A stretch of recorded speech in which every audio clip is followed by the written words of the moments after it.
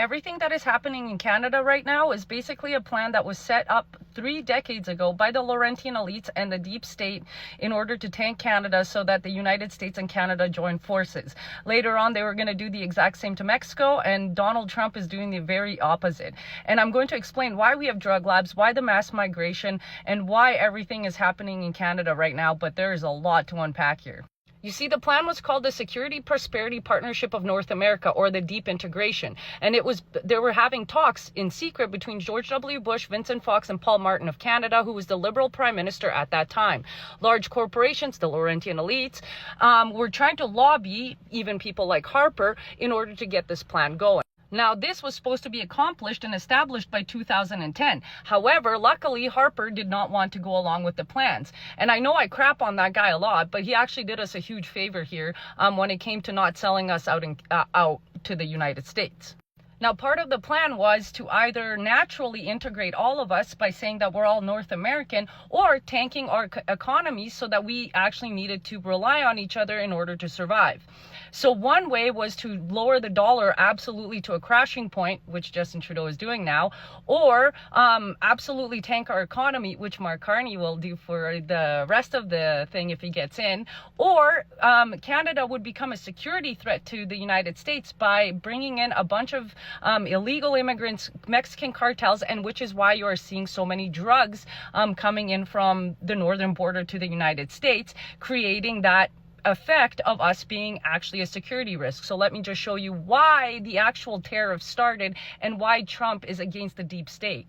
As you can see here, Canada's last-minute reprieve from crushing U.S. tariffs came after Prime Minister Justin Trudeau unveiled a series of measures aimed at controlling the trafficking of fentanyl, a key reason President Trump has cited for wanting to impose levies. And if you go watch this interview, he actually says that Justin Trudeau wants to sell us out to Donald Trump because we are absolutely nothing without the U.S. economy.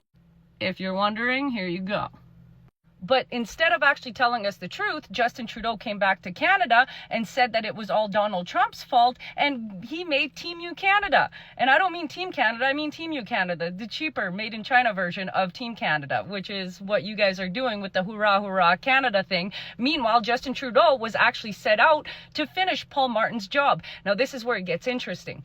Paul Martin basically lost his position in Parliament, and Harper took over because of a very huge scandal that not a lot of Canadians know, and that scandal was the fact that we as Canada were involved in a coup in Haiti. Let me show you. Gilles Bernier served as Canada's ambassador to Haiti from 1997 to 2001, and this is where Martin lost his position because of this, and nobody actually knew.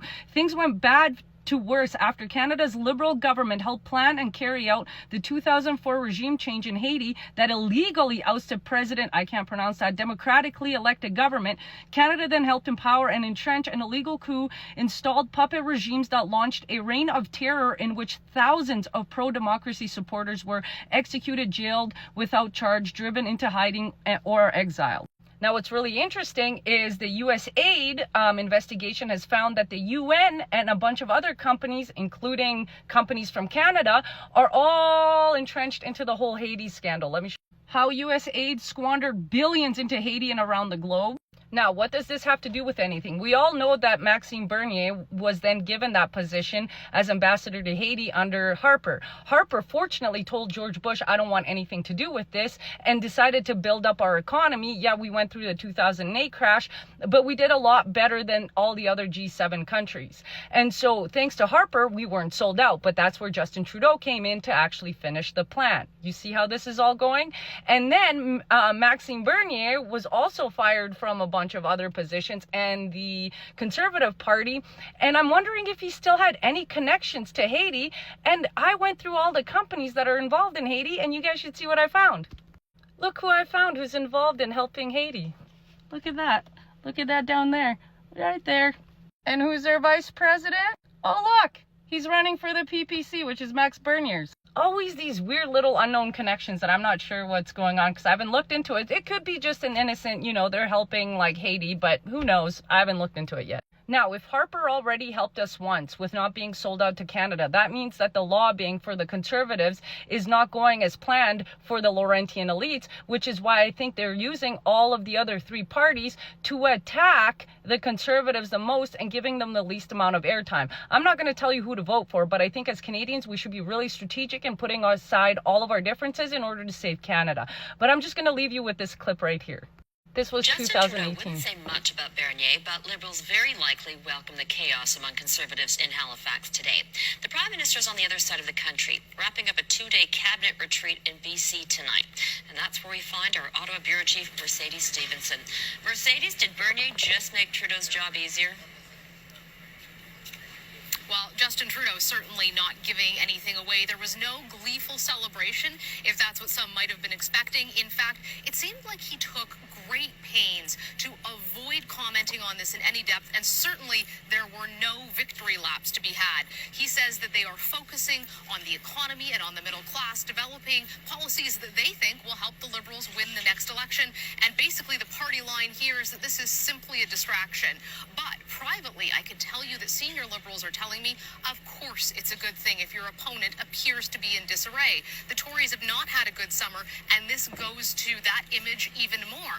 On top of that, they are waiting to see whether or not Maxime Bernier will actually be able to split the vote in some key ridings. If he can, that becomes a problem for the Liberals around areas like Quebec City and possibly in parts of Alberta. But they're going to hold their horses on it for now to see exactly how it turns out. And the downside of this for the Liberals is they no longer have quite as big a target to aim at when it comes to the Conservatives, because Maxime Bernier is no longer in the party. But the identity politics that Maxime Bernier put on the agenda that has created this debate, and the Prime Minister would argue division in this country, will remain something that is being seriously talked about well into the next election. And I can tell you that even before Maxime Bernier left the party, Cabinet here was planning to campaign with a very strong message on that. Rob?